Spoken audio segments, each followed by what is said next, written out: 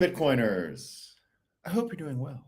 I'm doing great. You're watching The Breakup with Count BTC, also known as Nolan. That's me. Welcome. Welcome, everyone. John, it's a beautiful day. It really is. Good morning to you.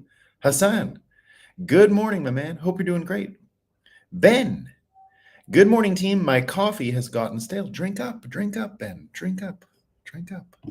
B for victory, Beaumatin. Good morning, Bitcoiners. Indeed, B for victory. And as John has mentioned, it is a beautiful day. We got a maximum sunrise on our hands here in the south, you know where we are.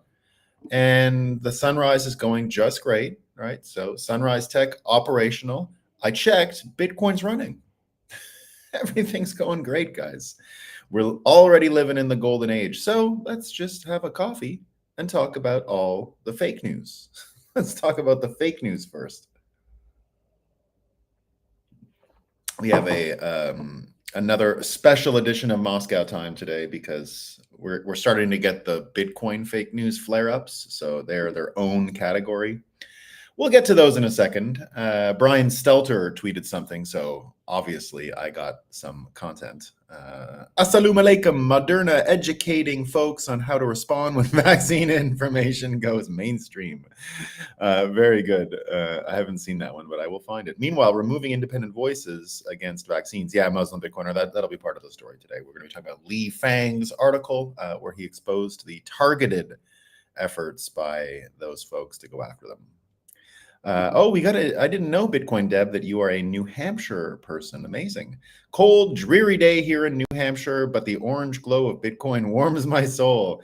And you got a big week next week, right? So there's probably all kinds of politicians running through your towns and whatnot. I'm a big New Hampshire fan. Can't wait to get back there. I'll be there in the summer. I will probably be bringing my children to Lisbon, New Hampshire this summer. They still have never been to that part of Vermont and all that. So there's a lot of museums because of Dartmouth College, of course. If you guys don't know, Dartmouth may be the most beautiful college in the world, some people say. And it is indeed a beautiful place. So we'll be going there, not to go to school, obviously. No one goes to those places for that. But they got nice stuff for homeschool kids, like museums and stuff. But anyway, let's hear what Brian Stelter tweeted. It's an NBC News article from Brandy Jadrosny. Brandy Jadrosny. All right, ready? Disinformation poses an unprecedented threat to democracy in the United States in 2024, according to researchers, technologists, and political scientists. Isn't it so funny, after all the Mike Benz content we've been covering here, whenever you hear according to researchers, it's a punchline now. According to researchers, according to researchers, It works. It actually works. If you want to know what's in the article, it's pretty funny. The U.S. presidential election comes at a time of ideal circumstances for disinformation and the people who spread it. It's an ideal time. Disinformation, I'll even read a bit, because this one's another level, another quality of Moscow Time. We got to get right into Brandy's stuff. Disinformation poses an unprecedented threat to democracy in the United States in 2024, according to researchers, technologists, and political scientists. As the presidential election approaches, experts warn that a convergence of events at home and abroad on traditional and social media, and amid an environment of rising authoritarianism, deep distrust, and political and social unrest, makes the dangers from propaganda, falsehoods, and conspiracy theories more dire than ever. Everyone, NBC News, they're trying to help you guys. NBC News doesn't want you to fall for propaganda, falsehoods, and conspiracy theories, right? They're here for you guys. NBC News is your friend. They love you. They're here to help. They're here to help. Glenn Greenwald writes about Brian Stelter tweeting this NBC News article. He says, among the worst and most prolific sources of disinformation since 2016 are NBC News and CNN, according to researchers, technologists, and political scientists. You can do it every time. So this one, you have to hear them both at the same time, okay? So you got to take them together. The joke is together. So you can't hear them at the same time, obviously, but you can put them together in your mind, all right? So here we go. The first one is from what's the news source? the Daily Mail, so one of the fakest news sources you'll find. All right, ready? Migrant crisis plunges Denver's main public hospital deep into the red after patients received $130 million of treatments they were unable to pay for. Okay, so that's one headline. The next headline, okay, this is from the Washington Post. Now, just hear it out and let it sit in your mind for a second, okay? Just let it sit there because it'll do amazing things, right? So remember, the first one is migrant crisis in Denver, and they can't afford the medical bills. Okay, $100 million of people walking away from medical bills. All right, so next, I'm going to try and read it. Okay, ready? If House Republicans refuse to fix the border crisis, no one will be able to deny that the GOP is more interested in nursing grievances and stoking anger than solving problems. That's exactly what Trump trained them to do. So let me go back. If House Republicans don't fix the border, nobody will be able to deny. It's a little kind of a lot of double negatives in here, right? But I think what they're saying is if House Republicans don't fix the border, because they're the obstacle, right? So they're the obstacle, then nobody can say the GOP wants to solve problems. They're just here for anger.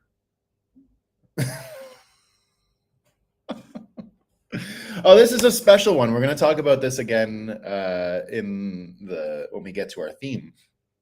But this one, again, I'll add it with 0 comment. This is a special one that I think only long-time listeners will find funny.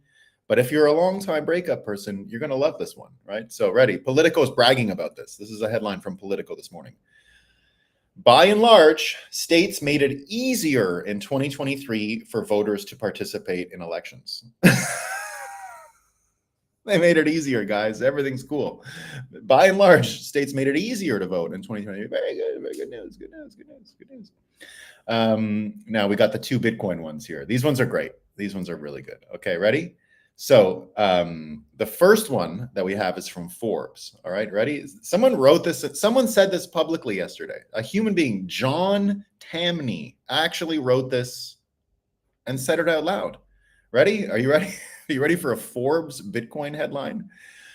Bitcoin will never be money, and they put money in quotations. Bitcoin will never be money precisely because it's nothing like gold.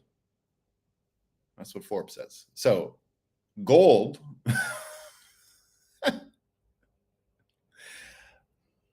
Forbes, there you go.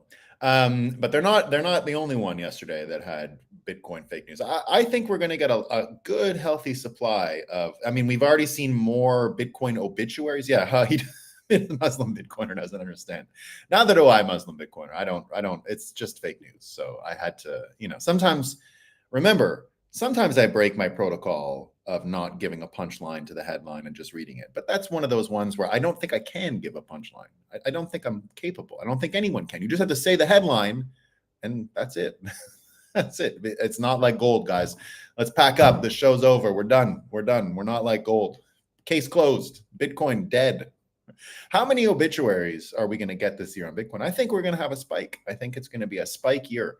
Often as Bitcoin is pumping, at the early time of the pump is when the obituaries really start flying out because people's brains are broken. At the top, you don't get as many.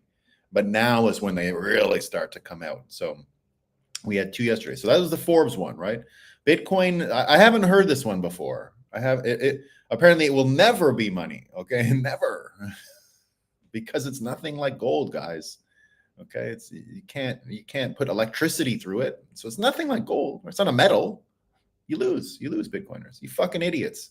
You didn't choose metal, right? You chose code, you retards, you idiots, right?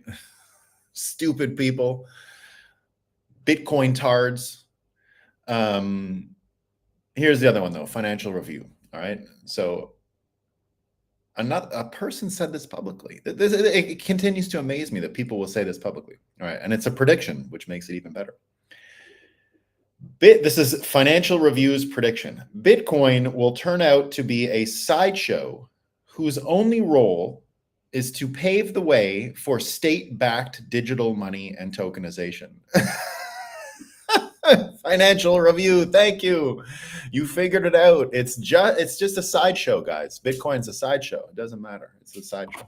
Now, here's why I say this, and the reason why I mentioned it's a prediction, and the reason why I think these prediction pieces are so important. It's one of our dimensional advantages. And by dimensional, I mean we literally can exist in another dimension that fiat tards can't, right? So I'm trying to incorporate all of these Javier Milei expressions. Shit libtards, right? The thing that the shit fiat tards can't understand is that they're unable to predict things. And I wrote it in my book, The Bitcoiner's Guide to NPC Management. And I think it's important because it is a huge advantage that we have. It's asymmetrical, right? We enjoy an asymmetrical advantage. And it's one of the advantages that I think makes the whole situation look like the conquistadors versus what was going on with the human sacrificers in Mexico 500 years ago.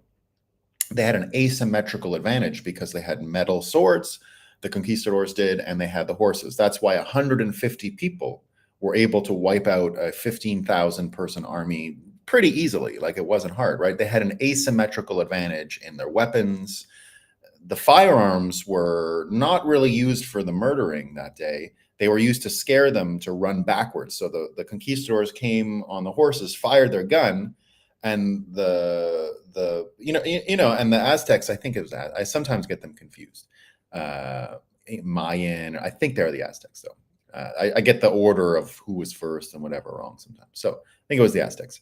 They actually prepared a vegetarian chili, right? Because they were going to add when they went out to kill the conquistadors, they were going to bring them back and put them in the mix and have a meal. So it didn't work out there. Didn't work out the way they thought, right? So these were people that didn't have much predictive ability anymore, right? They went out and said, 150 Spanish soldiers. What are they, right? And they went out, and then they brought this huge army, and then the conquistadors shot guns, and then the army turned tail and ran, and they just ran them down on the horses, and they just with the swords, right? So it was just that easy. Like, it was that easy. And there was really not much battling or fighting back. It was just a slaughter. It was a total slaughter, right? But the advantage they had was asymmetrical. So I often use this context of the asymmetrical advantage to describe Bitcoiners. And one of our main, versus the fiat shitards, one of the main advantages we have is that we can imagine the future really, really well. Now, I'll explain why that is, and I'll put it into context a bit. So first of all, I'm not the only one who notices this difference between both Bitcoiners being able to predict and have predictabilities. That's why we do a lot of predictions on this show.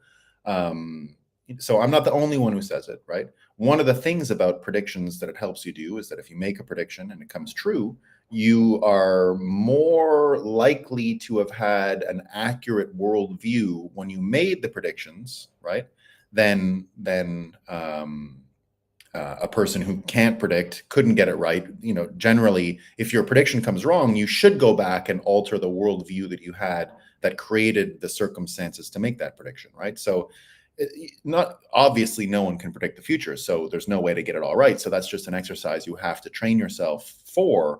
When you make predictions and you get them wrong, you got to go back and say, well, maybe I had that wrong, and you got to adjust, right? That's the way these things become useful, is when they are predictive, when your worldview is predictive.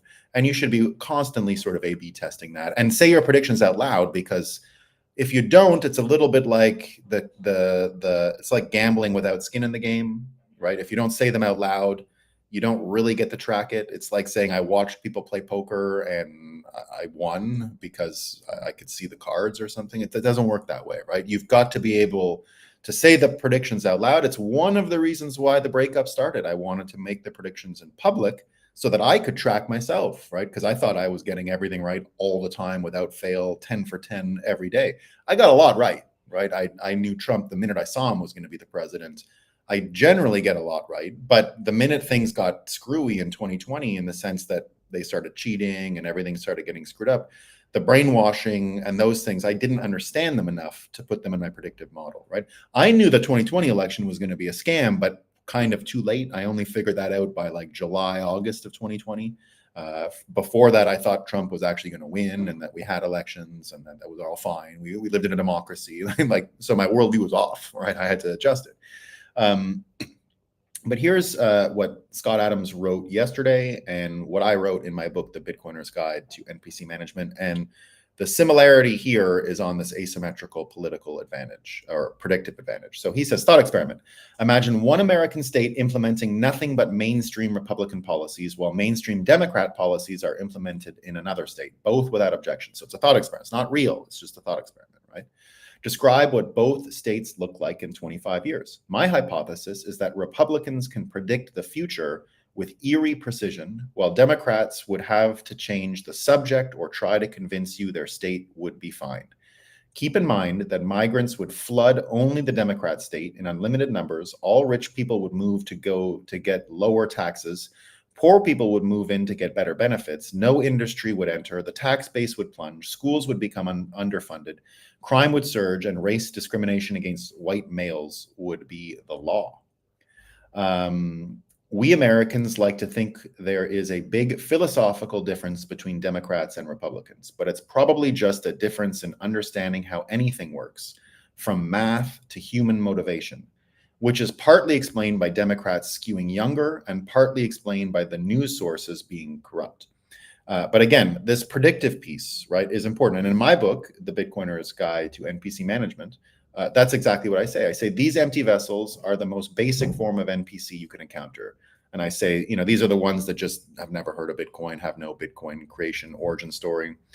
So I don't really get too much into them, but this is what I say, right? If you project absolute optimism about the future because of the economic system Bitcoin provides, you can actually start maybe awakening them, but at least putting them in a context that will maybe shake them out of the thing, but it doesn't really matter, right? The point here is that Bitcoiners know the meme, Bitcoin fixes this, right? We all know that meme. We've all said it a million times. Now, because there's a reason why that's there, right? Once you understand Bitcoin, it becomes simple and easy to start predicting a better future, right? It becomes really easy to say, well, this will work that way, that will work that way.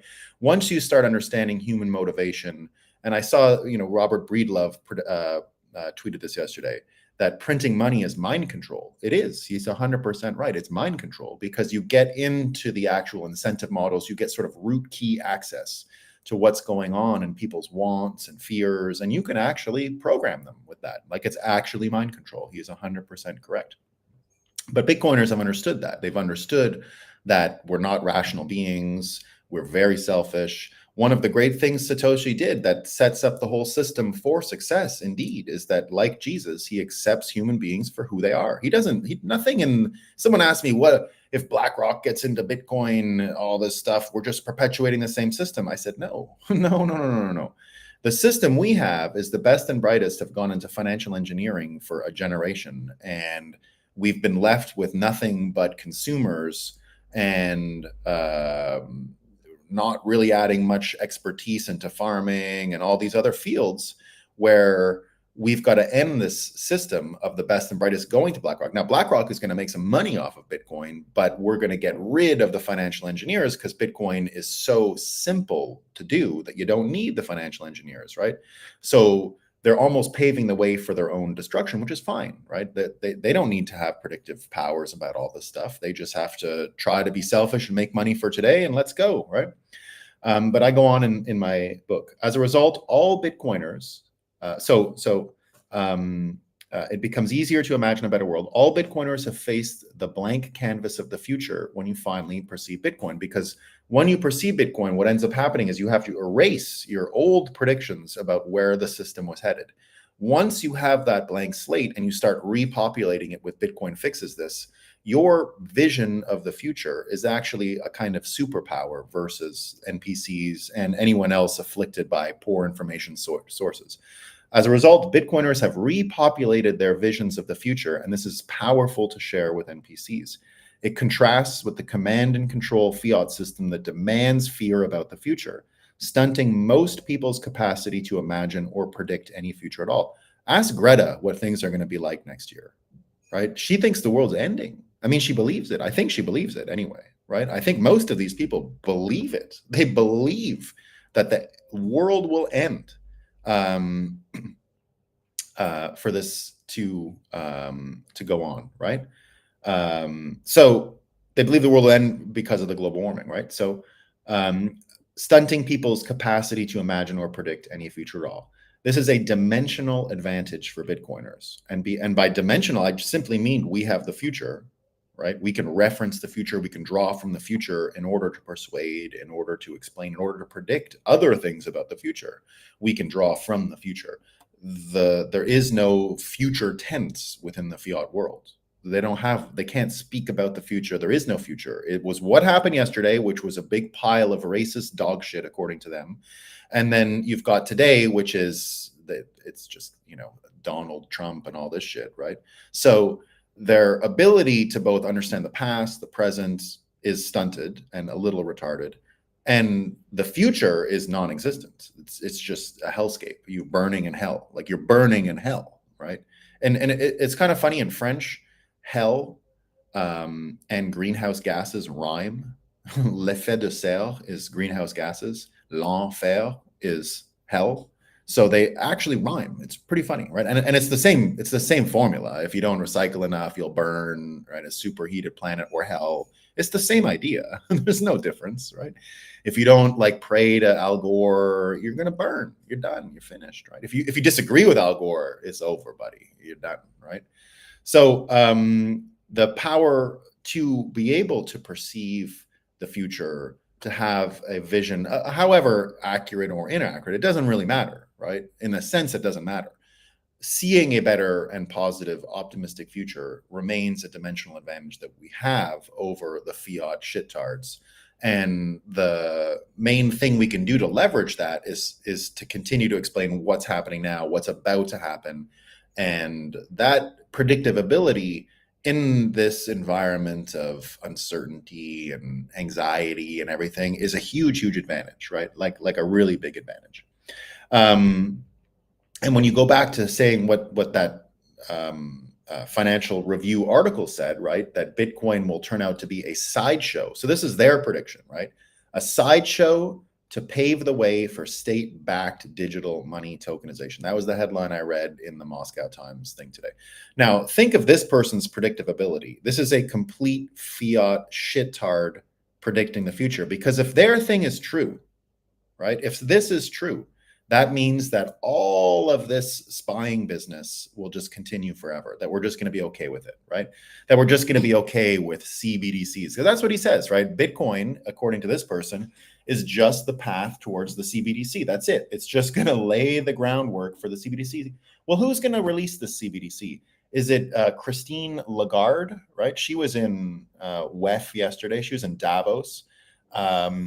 You know the rebel media guys from Canada that keep going at the door, the gate in, and getting people, right? They got her, right? And she ignores them and does. She tries to pretend that she's in her meditation, like these bureaucrats. It's like my quiet time. That was her answer. I'm in my quiet time. So you're out there saying you're in your quiet time. That's not going to hold water. You're not going to predict anything. You're not going to gather any attention that way, right? So the America that is being sold by the people who can't predict is indeed one where everyone's getting spied on. You have CBDCs that track your carbon credits and don't let you spend. Now, we sort of already have, a CBDC system going, right? I get it. Why I'm out here as a Bitcoiner saying, oh, if the CBDC really comes, it's going to drive everyone to Bitcoin. The truth is we already have CBDCs, and not in a product thing where it's packaged and it's called that. But just look at this story, right? Just look at the Moderna surveillance operation. This is the Li Fang stuff, right? So it turns out Moderna bankrolled a public goods project, which was aimed at defaming vax critics, right? So you get Michael Schellenberger, Russell Brand was targeted by it. Alex Berenson was targeted by it, right?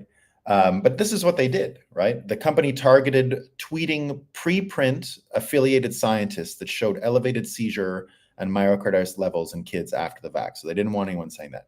Moderna, and this is from Jay Bhattacharya, right? Dr. Jay Bhattacharya. Moderna tagged my tweet for attack because they were afraid that accurately reporting the existence of preprint reporting these signals of vax side effects would make parents hesitant to give the Moderna vax to their kids.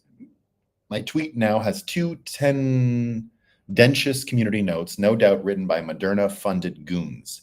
It's a badge of honor to be targeted by a dishonest pharmaceutical company that aims to hide accurate reports of the side effects of its products from the public view.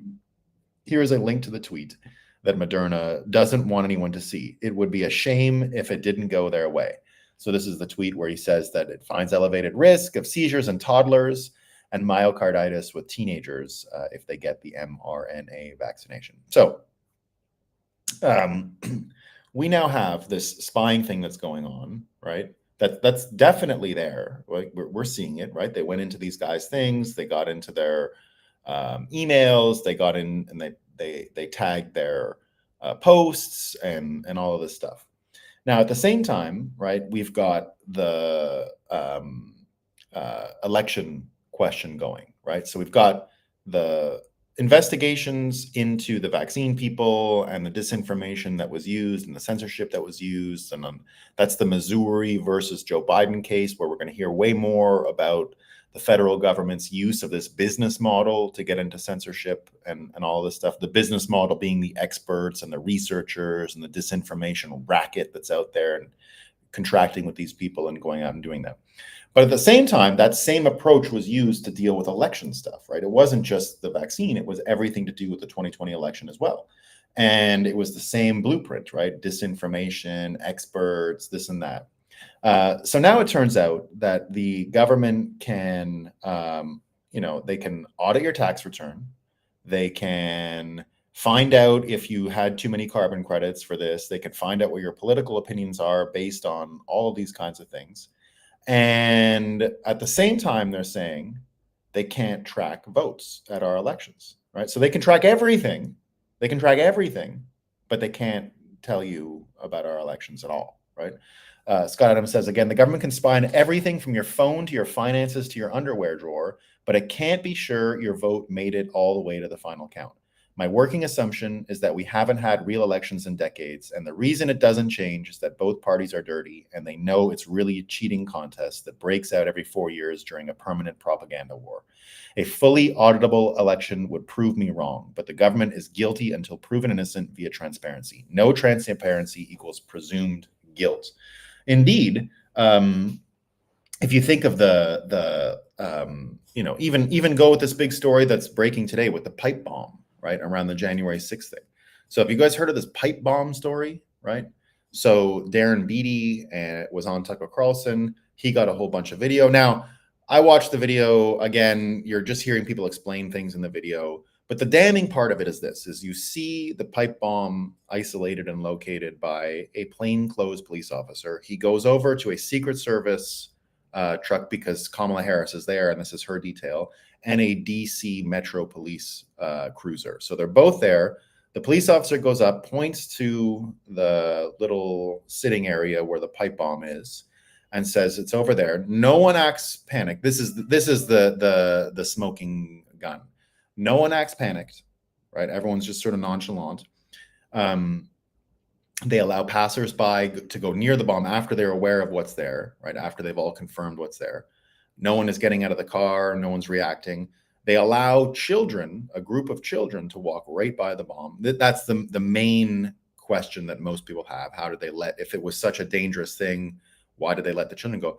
Then a few minutes later, they call for the bomb machine and it comes. And so something that was so risky that required a bomb robot, they were also totally willing to let children walk by and didn't act like surprised, like they'd caught something. So the point is, what you're supposed to see if you have all the context added. Now, I don't know if any of that's true, right? Again, I see it because I listened to Darren Beattie explain it to Tucker Carlson on the show last night. So I'm already influenced. I believe it, right? I believe it because I saw it in video, but that's a weakness. I don't know necessarily what I saw. You know what I mean?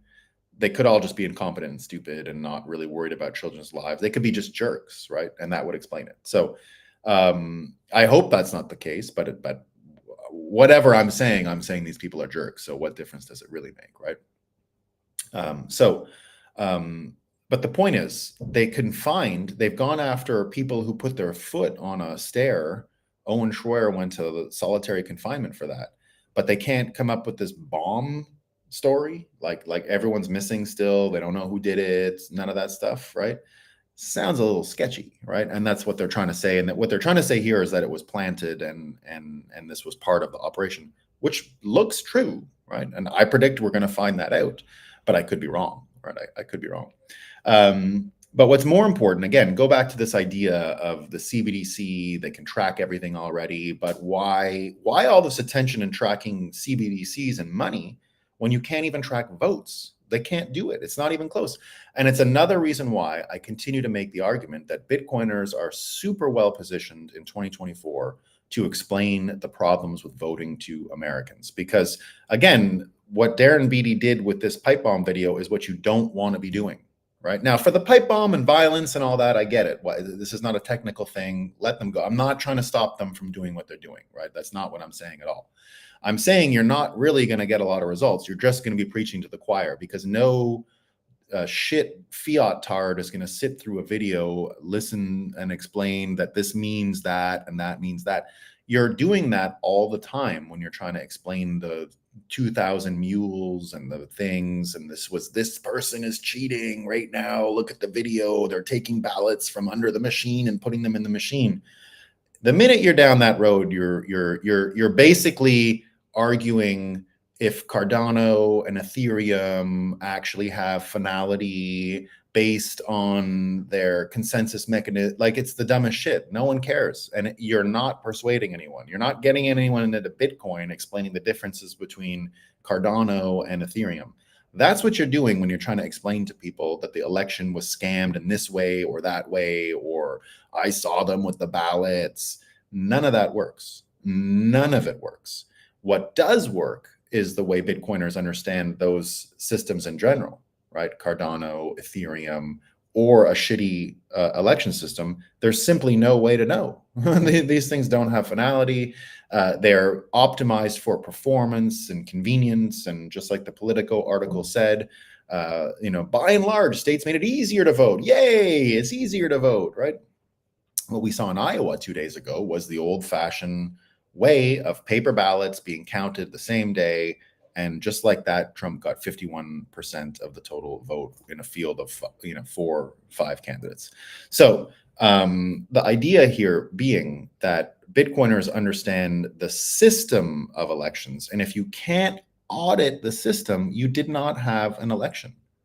Any Bitcoiner who understands money being these shared ledgers and who understands different blockchains, for example, can tell you, well, the shittier blockchains were less sure about the auditing of the actual ledger, right? That's the problem with Ethereum, and that's the problem with sharding, and that's the problem with proof of stake. That's the problem with these systems.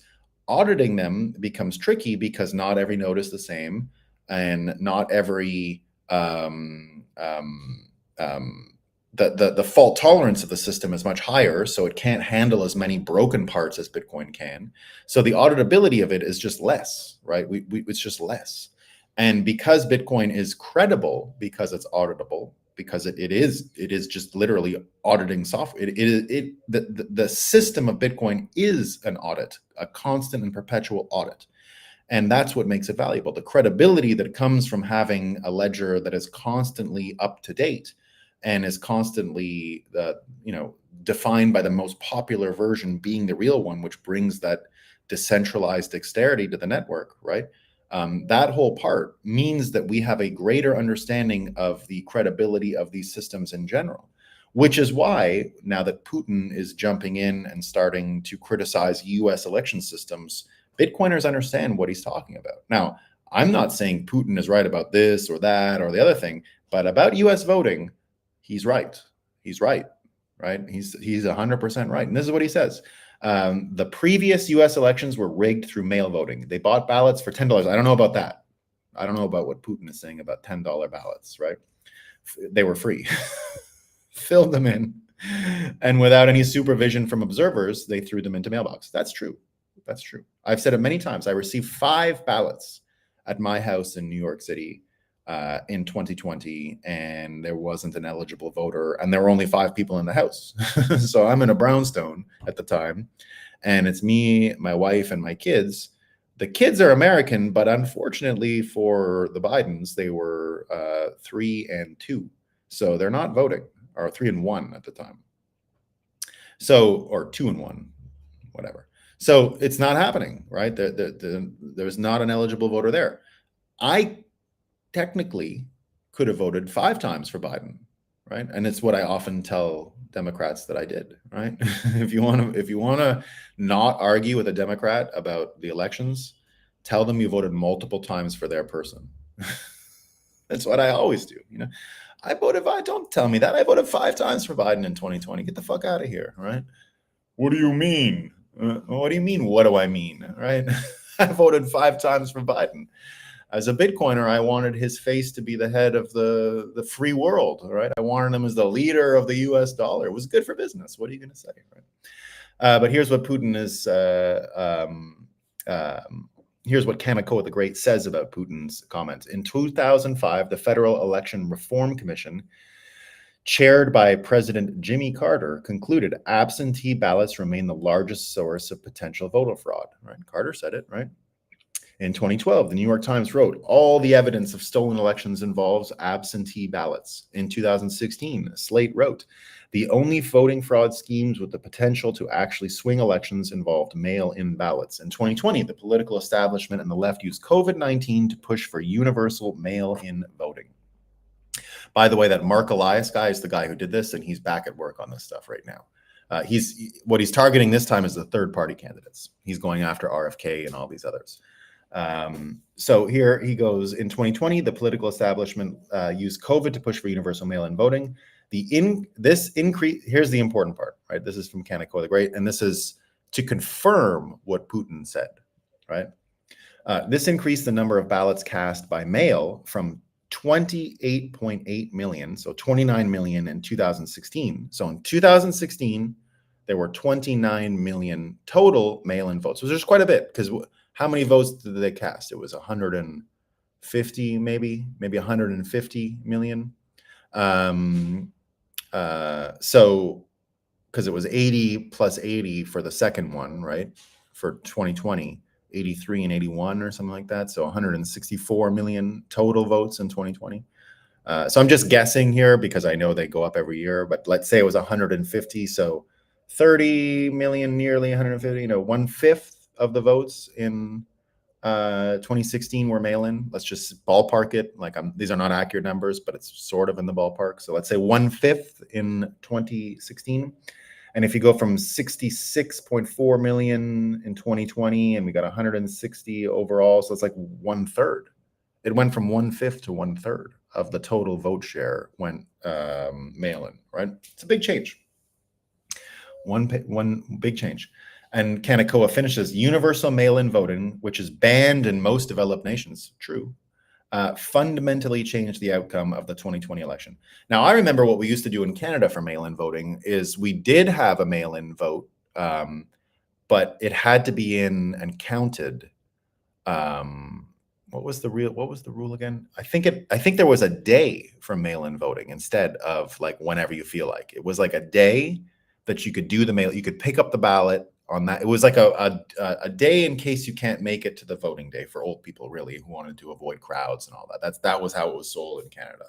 And I think it was honestly mostly used that way. But that was years ago. And I don't think the numbers were anything like this, obviously. So there you go. You've got this situation where we've got the CBDC. These guys are predicting the CBDC. Bitcoin won't matter. It's all CBDC. Meanwhile, we're seeing the results of already living with a CBDC, because it wouldn't be much different if we had CBDCs from what we're experiencing, what we saw in Canada, what we see in the United States. There is debanking of politically active people. It's not to the extent that it can get to. It's not as efficient as it could be with a proper CBDC, but the pieces are all more or less there, right? We saw them with the pandemic. We saw them with January 6th. We continue to see them now, and we see them especially when it comes to voting stuff, right? So Bitcoiners actually can bring an argument to the table here that's unique, that's different, that differentiates from the he said, she said, look at the video stuff, right? We don't need to look at fucking video to understand we live in a corrupt system. We can see it with our own eyes and from all the things that are going on around us, right? So, but from there, you can start to understand more about why you can start to understand more about why those particular subjects are being attacked so much. It's why when you look at like Phil Bump, right? Phil Bump, every article he's got to write now is to like try to plug a hole. I just picture Phil Bump like this. Oh shit, people's brains are getting information that they shouldn't have. He has 2 of them out right now where he's got so this is 2 articles he wrote yesterday.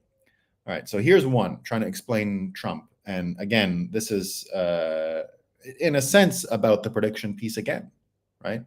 So, and that's why I picked this one.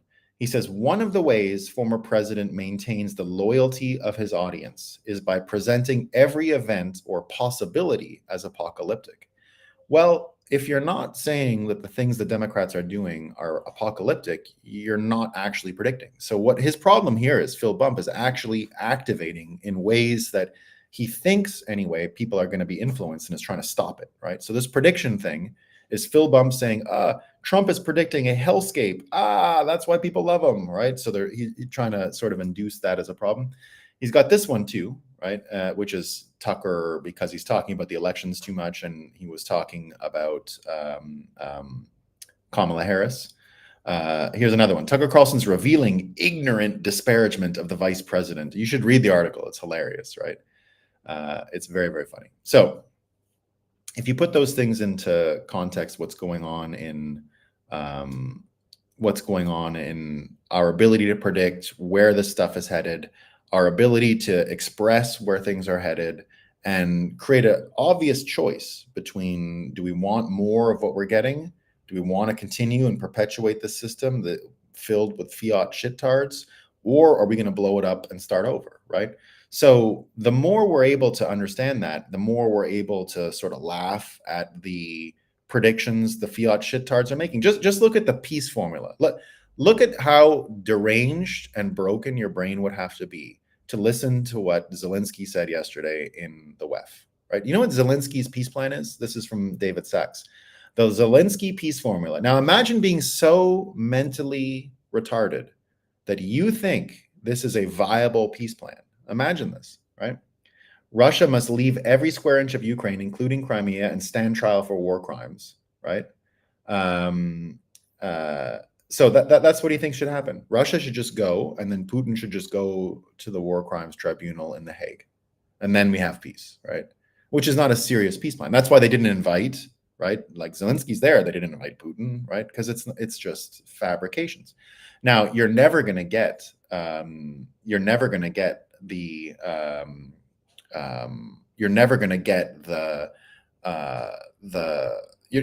get them selling like a happy future, because they can't. With the way they're setting the stuff up, there is no happy future, right? That's why it's all Putin is bad, and what he said about elections is wrong, and all of this stuff. So let me just see. I was going to talk about Texas, but I think I'm going to save that for tomorrow. There's more stuff on Texas.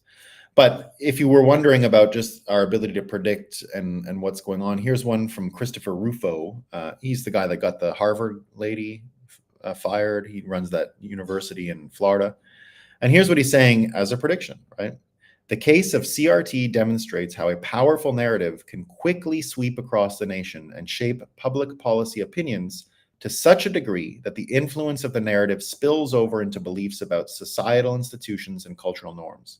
Indeed, the onset of banned CRTC policy narratives may be contributing to a remarkable cultural and institutional shift in the way we view our teachers and schools.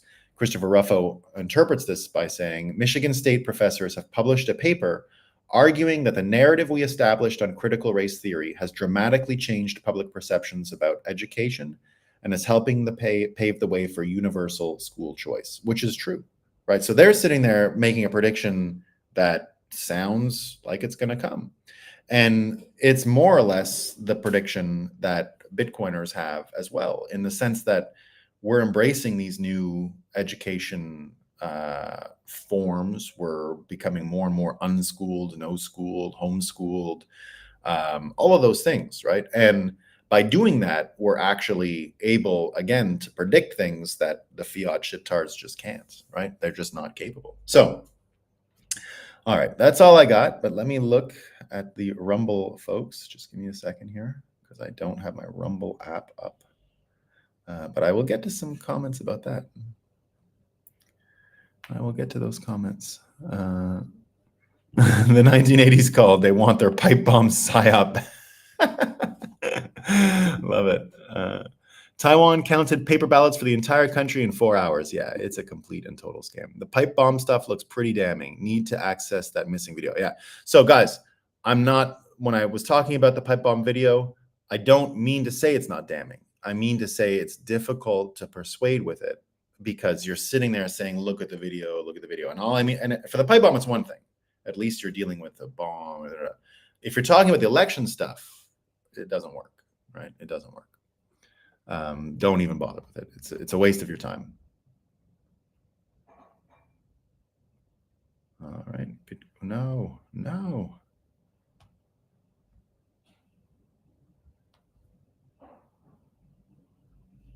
Holy Moses. I keep getting the wrong ones. 1 second. There we go. All right. Where am I? Oh, there we go. Good morning, Sluggo. Yo, they are disgusting, these Orwellians. Sluggo123, I wonder in what way IQ covariates with the ability to predict accurately. I don't think they do, honestly. And the reason is I just see too many high IQ people being so easily fooled, right? So I think if your horsepower is there, but you're on the wrong road, it doesn't really matter what your horsepower is. You're just on the wrong road. So you can drive, a powerful V8 engine on a shitty road to nowhere. So that's kind of how I see the IQ thing. Now, maybe, but that's how, maybe it's that way. But I think predictions and gullibility and IQ are not necessarily related. Gullibility can hit the most intelligent, right? So if you can convince them that their understanding of the world is wrong, it will affect their predictions entirely, right? These people can't imagine a world with no income tax. They can't imagine it. The highest IQ people, not the highest, but a group of high IQ people can't imagine the world with no income tax. That's how limited they are. So that's why I don't know if the advantage is really, and look, there's a lot of stupid Bitcoiners, right? Not every Bitcoiner is high IQ, but their version of the future, I think, is more accurate. More chair makers, less financial engineers is a more accurate vision of where we're headed. But you don't need an IQ of 130 to get that, right? So that's what I think. My wife has the high IQ people are often believing the experts, right? My wife has a high IQ, but she believes in the experts. Yeah, so it's a part of it. Zim KD, I'm interested in the person in white walking on down the street after the police get out of their vehicles, because earlier video showed planter in white. Look, I think I am anticipating more information from this pipe bomb thing, and I'm very interested in the story. It's another example of people using video in 2024 to make their point, right? Don't believe video. It's mostly a scam. So, I continue to believe there's much easier ways to understand and persuade people. I mean, the firing into the crowd was probably the most damning video, but it didn't make up for the damage of the videos we'd seen showing chaos and all that stuff. So it didn't really do it. Right now, I hope something criminal comes out of this pipe bomb thing, and I hope we find out there's a conspiracy, and that would be great. I think that could blow the lid off a lot of this stuff, but we'll see. We'll see. I'm not predicting. I'm predicting it won't. I'm predicting it won't. So I'm not predicting we won't ever get reconciliation on what happened on January 6th, that it was an inside job. I do believe we'll get there one day, but it won't be because of the bomb, unfortunately. Most don't care for truth, even if lies hurt continuously, but comforts them. They prefer institutions to do everything for them. Most trade freedom and accountability for comfort. That's the song as old as time. I watched a Russell Brand video yesterday. Is he not a Bitcoiner? Not yet, LMH. I know. I've been trying to get him for a long time, LMH, and I'm still working on it. I'm working with the Rumble folks right now. We ought to have the president of Rumble at our event this year. And I'm trying to get them motivated to send like a big sort of contingent, and along with that, to bring some of their stable of talent. And he's been at the top. I've tried this deal with Rumble a few times, and I've tried to get Russell on my own as well a few times. We'll get there. We'll get there. I'm a big fan. I'm a big fan of Russell Brand, so I would love to get him to speak, and I indeed think people would love to meet him. Lightning Van, really appreciate what you do. Thanks, man. Appreciate it. Will we have a show tomorrow morning? Happy BTC Friday. I think so. I'll let you know. My problem right now is that I'm an hour ahead of you. All right. I'm in Atlantic time. And on Saturdays, going from 9 to 10 is a very different game than 8 to 9. I love the 8 to 9 because we can get together, have the coffee, and it doesn't affect my day. Like I do my day as normal, right? It will change in a few weeks. I will go back on the same. We don't do the time change. So when you jump ahead in North America, we'll be on the same time. I'll be doing the show at 8, again, my time, which I'm excited for.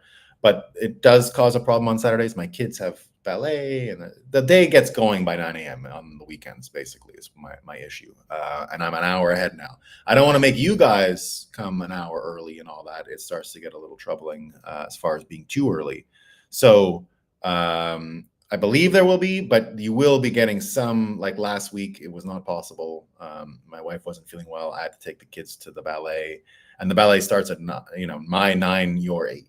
So, and they love it. It's right around the corner. They've been going for years. It's a great little school.